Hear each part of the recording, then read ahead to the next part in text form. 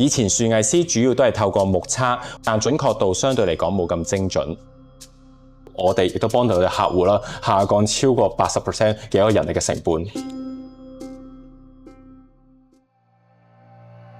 我哋公司咧係由香港理工大學支持嘅科研嘅公司啦。咁我哋團隊咧最主要就係透過去幫我哋嘅客戶建立一個城市樹木嘅3維嘅檔案啦，再透過一啲傳感器去睇翻一啲樹木傾斜甚至到倒塌嘅一啲嘅狀態，從而去保障翻環境嘅安全。我哋而家主要服務嘅客戶包括物業管理公司、大學同科研機構。咁我哋嘅平台以前其實我哋針對一個2維嘅一個平面嘅。咁當例如話極端天氣之後，打完風之後，當有啲樹木出現咗傾斜，咁點樣可以更加立體清晰呈現到俾我哋客戶呢？而家最主要代理有2款嘅產品啦。第一款呢，就係針對一個叫小規模嘅園林同埋一啲古樹監測嘅 P2 嘅一個嘅 series。我哋另外代理嘅 S2 嘅 series， 結合咧航拍機、機械狗去做到大範圍嘅樹林嘅監測。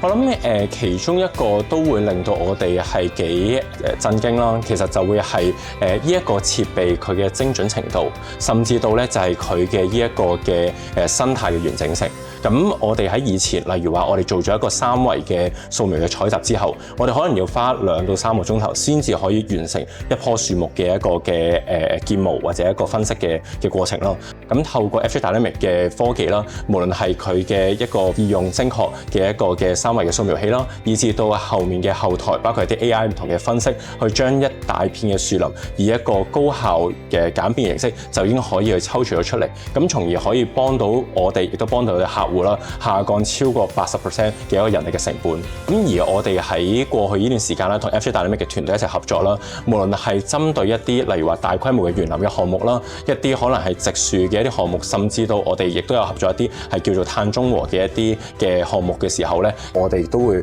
獲得一個即時性嘅反應。我哋以前其實都有試過好多唔同嘅儀器，包括有其他Leica 嘅一啲嘅掃描器啊等等。咁但係當中咧，其實都面對一個痛點咧，就係佢哋價錢比較昂貴。咁但係如果我哋想做一啲叫大範圍應用，甚至要推廣到去無論唔同嘅場景都應用嘅時候咧，無論係價錢啦、佢嘅功能性啦，甚至到後續嘅一個團隊性嘅支援，亦都好關鍵。咁所以嘅話啦，我哋都期望喺未來啦，唔單止應用喺我哋嘅項目當中，亦都可以拓展到唔同範疇，例如話教育個方面啦。咁呢個亦都會係我哋希望可以去達得到，從而去能夠有更加推動到呢一個行業嘅科技嘅發展。